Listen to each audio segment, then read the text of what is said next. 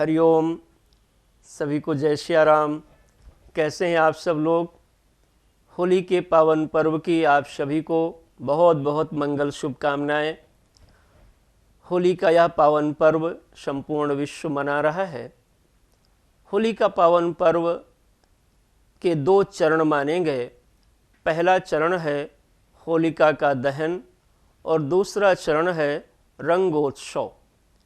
होलिका के दहन का अर्थ है कि बुराइयों का दहन हो, दोषों का दहन हो, दुर्गुणों का दहन हो, तब हमारे जीवन में प्रसन्नता का रंग, आनंद का रंग, खुशियों का रंग, उत्साह का रंग, उमंग का रंग, प्यार का रंग हमारे जीवन में लगता है।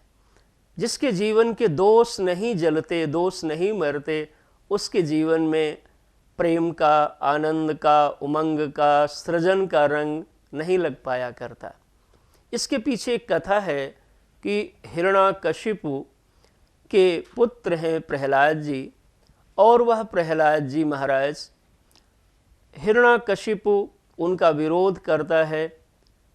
हिरण्याकशिपु को आप दोष वृत्ति मान लो, असुर वृत्ति मान लो, और प्रहलाद जी को आप गुण वृत्ति मान लो, शुभ वृत्ति मान लो।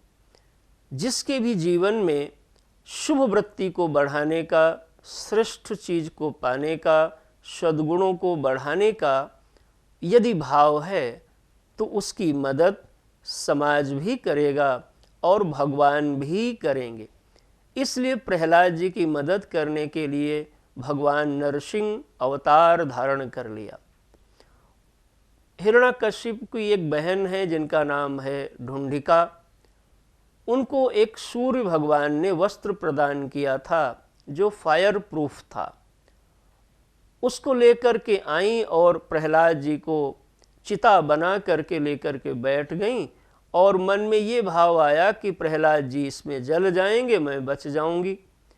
कभी भी जीवन में कोई श्रेष्ठ चीज मिल जाए, शक्ति मिल जाए, बल मिल जाए, तो उसका प्रयोग किसी सत्य चीज को, किसी सात्विक पुरुष को नष्ट करने के लिए नहीं लगाना है। यदि ऐसा आप करेंगे तो आपकी शक्ति व्यर्थ हो जाएगी। ढूंढिका के जीवन में यही हुआ। उसका फायर प्रूफ वस्त्र जो सूर्य देव ने दिया था, वो उनकी रक्षा न करके प्रहलाद जी की रक्षा कर लेता है। अर्थात दोष जल जाएं, दुर्गुण जल जाएं, ये पहला चरण है होली का। दूसरा चरण है रंगोत्सव का। हम जब हमारे जीवन के दोष खत्म हो जाते हैं, तब हम सब लोग आनंद के, उमंग के रंगों की ओर आते हैं। इन रंगों में हमारे यहाँ पे पहला रंग लगाया जाता है जिसका नाम है लाल रंग। ये लाल रंग अनंत वैभव का, अनंत शौर्य का, अनंत सामर्थ्य का प्रतीक होता है।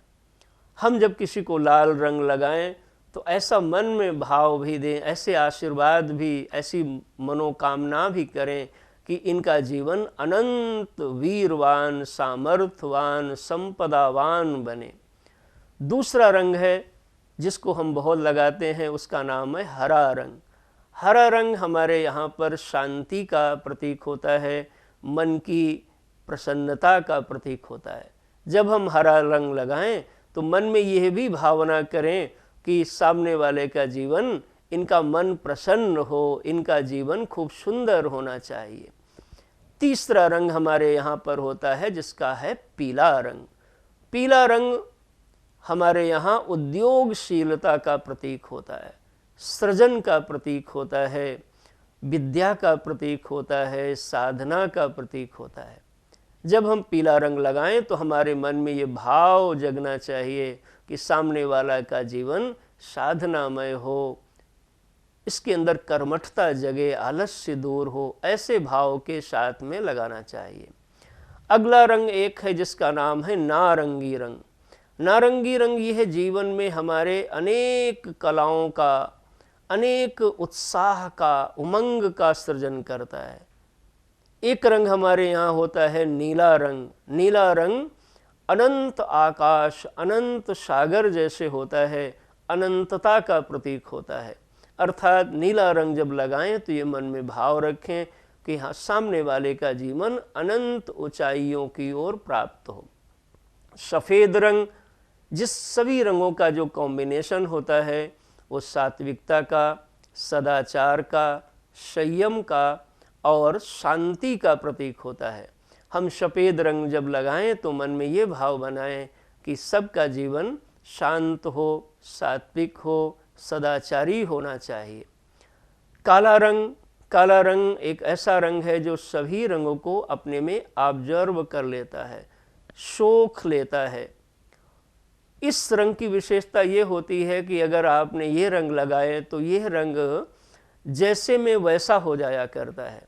यदि आप काला कपड़ा पहनते हो और आपने सकारात्मक लोगों के साथ में बैठे तो आपके भीतर सकारात्मकता बढ़ती चली जाएगी। लेकिन यदि आप नकारात्मक लोगों के मध्य में पहुंच जाओगे तो आपके जीवन में नकारात्मकता बढ़ती चली जाएगी। तो इस प्रकार से हम यह रंग एक दूसरे को लगाएं और साथ में यह भाव भी बनाएं कि इस प्रकार से एक दूसरे का जीवन सुखमय हो, शांतिमय हो, आनंदमय हो। यही होली के पर्व का संदेश है।